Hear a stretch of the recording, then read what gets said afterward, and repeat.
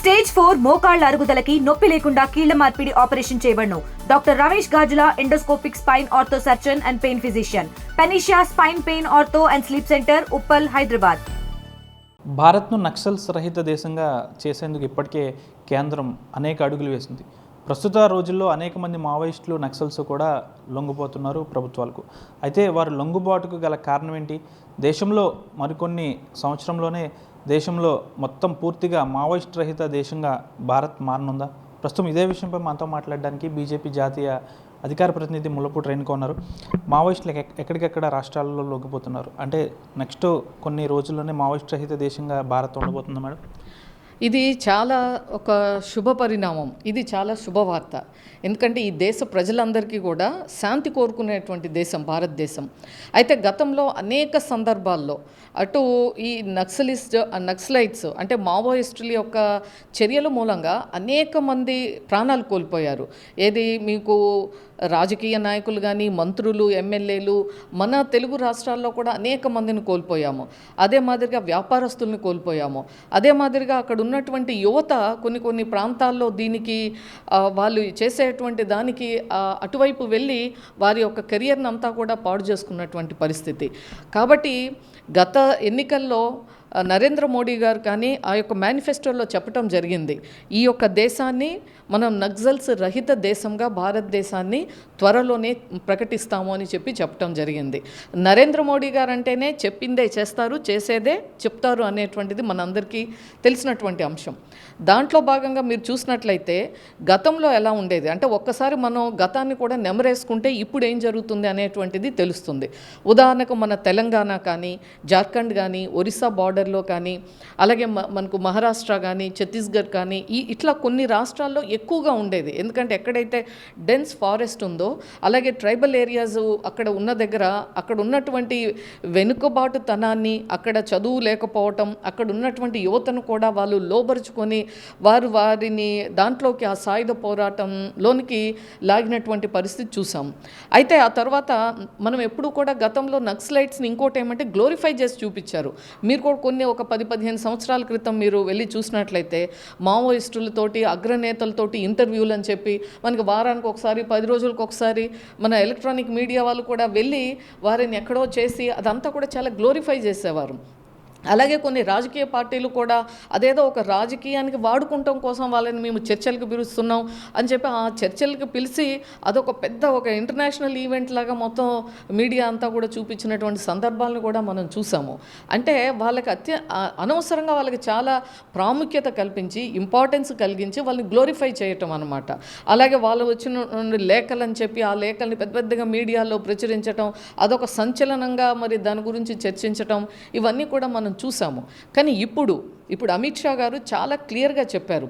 వాళ్ళు కూడా చాలామంది మావోయిస్టులు మేము మాతో చర్చలు జరపండి, మేము చర్చలకు సిద్ధం అని చెప్పి ప్రకటించారు.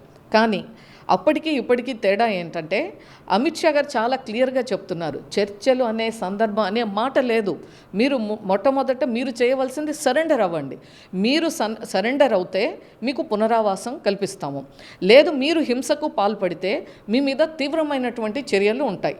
అలాగే ఎక్కడైతే ఈ నక్సల్స్ ప్రభావిత ప్రాంతాలు ఉన్నాయో, ఎక్కడైతే అటువంటి అటవీ ప్రాంతాలు ఉన్నాయో, ఆ ట్రైబల్స్ ఎక్కువగా ఉండే ప్రాంతాలు ఉన్నాయో అక్కడ అభివృద్ధి చేయటం, అక్కడ యువతకి ఉపాధి, ఉద్యోగాలు, ఒక అభివృద్ధికి సంబంధించినటువంటి అవకాశాలు కల్పించటం, స్కూల్స్ కానీ, హాస్పిటల్స్ కానీ, రోడ్స్ కానీ, డ్రింకింగ్ వాటర్ కానీ, ప్రతిదీ.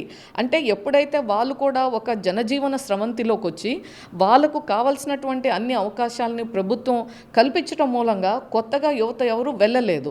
అక్కడ ఉన్నటువంటి వారిని కూడా మనకున్నటువంటి అత్యాధునిక టెక్నాలజీ, ఉదాహరణకి డ్రోన్స్ వాడుతున్నాం, మనం శాటిలైట్ ఇమేజెస్ వాడుతున్నాము, అలాగే మనకున్నటువంటి ఇంటెలిజెన్స్ని వాడుతున్నాము.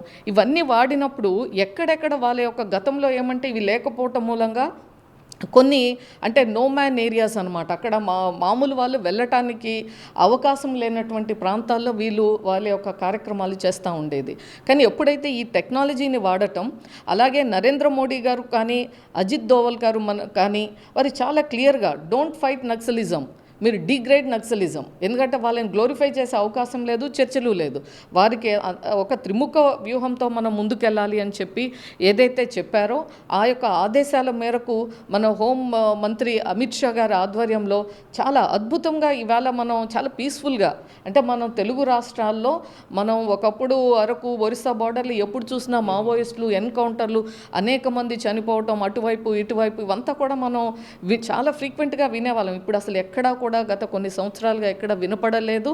అందుకే ఈవేళ మొన్న కూడా మనకి దాదాపు 303 మంది ఎంతమందో, సబ్జెక్ట్ టు కరెక్షన్ ఆ నెంబరు, బట్ చాలా ఎక్కువ మంది ఆ సీనియర్ నాయకులు, ఆ దళపతి మన సీనియర్ అగ్ర నాయకులు అందరూ కూడా, అందులో ఉన్నటువంటి వారందరూ కూడా ఇవాళ సరెండర్ అవుతూ ఉన్నారు. కాబట్టి ఇది ఒక శుభ పరిణామం. భారతదేశంలో ఏదైతే ఈ ప్రజలు కోరుకుంటున్నారో, శాంతి భద్రతలు కాపాడాలి అని ప్రభుత్వం నుంచి ఏదైతే ఆశిస్తున్నారో, అదే ఇవాళ మన ప్రధానమంత్రి గారు, హోంమంత్రి గారి ఆధ్వర్యంలో భారతదేశం నక్సల్స్ రహిత రాష్ట్రంగా మన 2026 మార్చి నాటికి ప్రకటిస్తామని చెప్పారు. ఆ దిశగానే చర్యలు ఉన్నాయి, జరుగుతూ ఉన్నాయి. కాబట్టి ఈ సందర్భంగా మన ఆంధ్ర రాష్ట్ర ప్రజలందరి తరపున కూడా హోంమంత్రి అమిత్ షా గారికి ధన్యవాదాలు తెలియజేస్తా ఉన్నాను. ఇటీవల మహారాష్ట్ర ప్రభుత్వానికి ఆశన లొంగిపోవడం, దీన్ని ఏ విధంగా చూస్తారు? అదే అండి, ఎక్కడ మహారాష్ట్రలో ఒకప్పుడు ఆ బార్డరు, మహారాష్ట్ర ఛత్తీస్గఢ్ బార్డర్లో అది చాలా థిక్ డెన్సిటీ ఫారెస్ట్ ఉన్నటువంటి ఏరియా. అక్కడి నుంచే అక్కడ మరి 200 మంది పైగా అక్కడ ఒక్క దగ్గరే సరెండర్ అయ్యారు. ఇది చాలా మంచి పరిణామం. ఎందుకంటే వాళ్ళకే వాళ్ళు వస్తున్నారు. ఇక చర్చలు లేవని చాలా కేటగారికల్గా క్లియర్గా చెప్పడం జరిగింది హోమ్ మినిస్ట్రీ నుంచి. ఎందుకంటే చర్చలు అనేటువంటి దానికి తావులేదు, మనుగడ లేదు.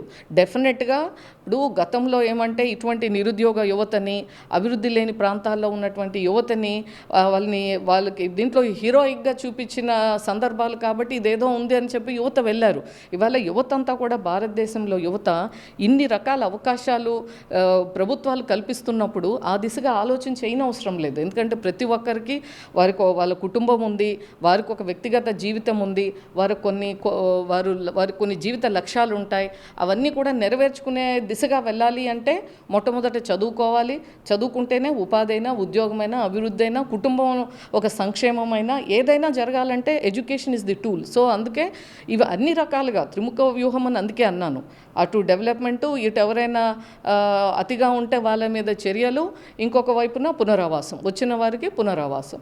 సో ఈ మూడింటి మూలంగానే ఒక అద్భుతమైనటువంటి ఫలితాలు ఈవేళ భారతదేశంలో మనకు కనపడుతూ ఉన్నాయి. కేంద్రం తీసుకుంటున్న కీలకమైన సంస్కరణల వల్లే మావోయిస్టులందరూ కూడా వారికి వారే సరెండర్ అయిపోతున్నారంటున్నారు. అంతేకాకుండా రానున్న కొన్ని ఏళ్లలోనే పూర్తి స్థాయిలో నక్సల్స్ మావోయిస్ట్ రహిత భారతదేశంగా దేశం నిలిచిపోతుందంటున్నారు ముల్లపూడి రేణుక. వీడియో జర్నలిస్ట్ శేఖర్తో మనోజ్, RTV, పశ్చిమ గోదావరి జిల్లా భీమవరం నుంచి. తెలుగులో ఫాస్టెస్ట్ న్యూస్ యాప్ ఇప్పుడు కొత్త అవతారంలో 5 సెకండ్లోనే పూర్తి వార్తా సమాచారం మీ చేతిలో. సోషల్ మీడియా ట్రెండ్స్ మీ కళ్ళ ముందుకే live TV and voice search options తో ఇప్పుడే డౌన్లోడ్ చేయండి. యాప్ లింక్ డిస్క్రిప్షన్లో ఉంది.